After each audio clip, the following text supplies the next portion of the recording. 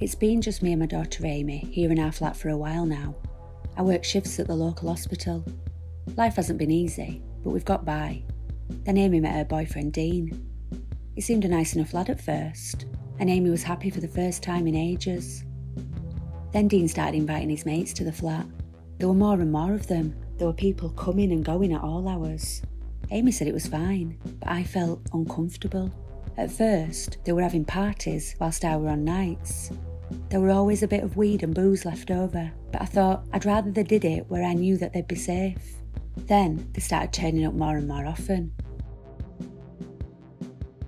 Dean's mates were a bit strange. Some were older and some seemed quite young.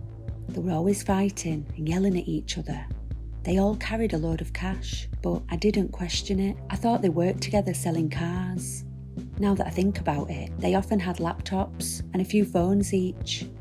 One day, Dean got upset because one of his mates smashed up our living room. Dean said that he owed his mates money and was in a lot of trouble.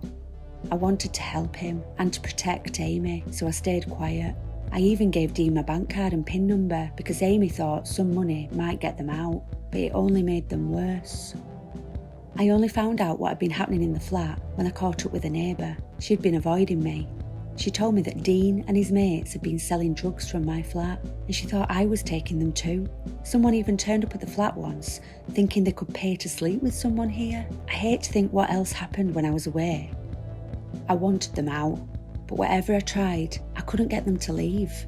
They were violent, they threatened us, and a few times locked us out. They really scared us. We just tried to not make them angry.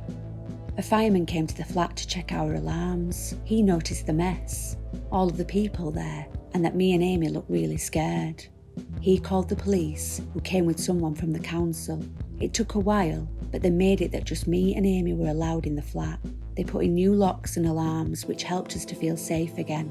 They said that it wasn't just us. It was happening to others in the area too. Dean and his mates were dealing drugs, guns, stolen goods, and selling sex, and have been taking over other flats close by.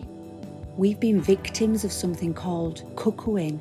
It might sound tame, but it's really scary and involves serious crime. I've since heard about other people being terrified in their own homes. It's a lot more common than I thought. I wish I'd known there was help available sooner. Let's spot the signs and help each other to kick cuckoos out.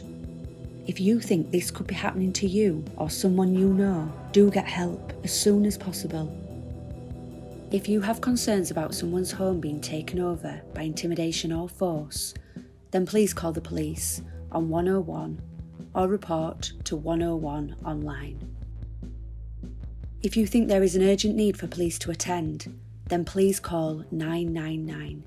You can report anonymously by calling Crime Stoppers on 0800 555 111.